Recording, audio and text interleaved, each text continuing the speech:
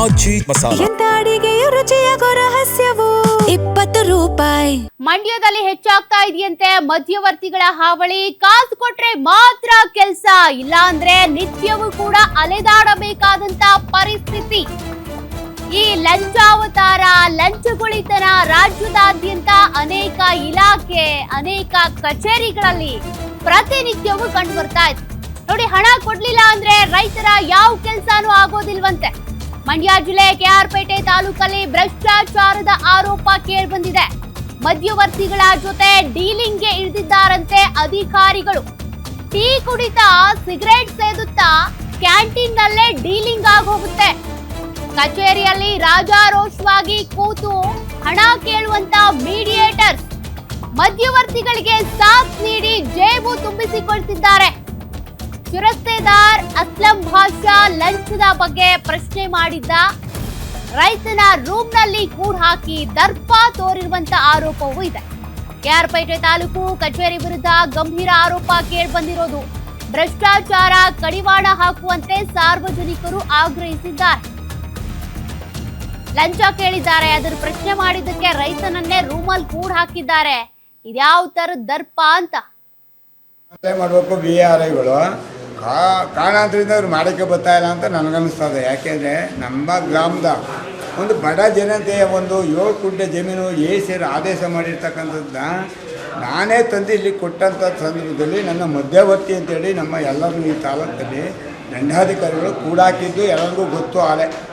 ನಾನೇ ಅನ್ಯಾಯ ಅಂತೇಳಿ ಮಾಡಬೇಕು. BRIಗಳು ಕಾರಣಾಂತರದಿಂದ ಅವ್ರು ಮಾಡೋಕ್ಕೆ ಬರ್ತಾ ಇಲ್ಲ ಅಂತ ನನಗನ್ನಿಸ್ತದೆ. ಯಾಕೆಂದರೆ ಭೌತಿಕತೆಗೆ ಅರ್ಜಿ ಕೊಟ್ಟು 3 ತಿಂಗಳಾಗದೆ ಮಾಡ್ಕೊಡ್ತಲ್ಲ ಸರ್. ಬಂದಾಗೆಲ್ಲ ಇವತ್ತು ಬರೋಗು ನಾಳೆ ಬರೋಗು ಅಂತಾರೆ ಸರ್. ಮಾಡ್ಕೊಡಕ್ಕೆ ಜಿಗಿತಾರೆ, ಮಾಡ್ಕೊಡ್ತಾರೆ ಸರ್. ಭೌತಿಕತೆಗೆ ಅರ್ಜಿ ಕೊಟ್ಟು 3 ತಿಂಗಳಾಗದೆ ಮಾಡ್ಕೊಡ್ತಲ್ಲ ಸರ್. ಬಂದಾಗೆಲ್ಲ ಇವತ್ತು ಬರೋಗು ನಾಳೆ ಬರೋಗು ಅಂತಾರೆ ಸರ್.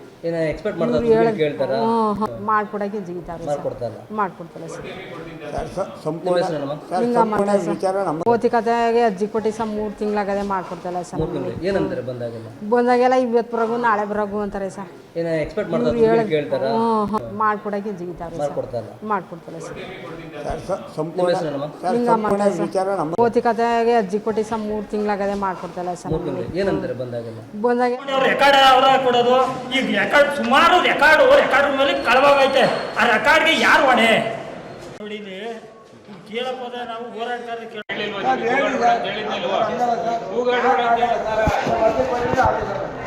ಹೇಳಿ ಆದೇಶ ಮಾಡಿ ಒದ್ದೆ ಕೊಡ್ತೀವಿ ಅಷ್ಟೇ.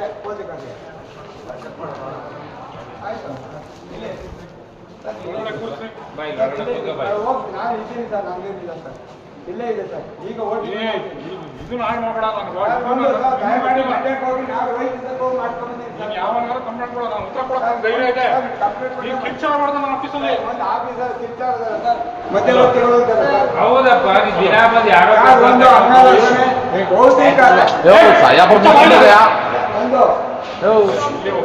ಪೊಲೀಸ್ ಕಳಿಸಿ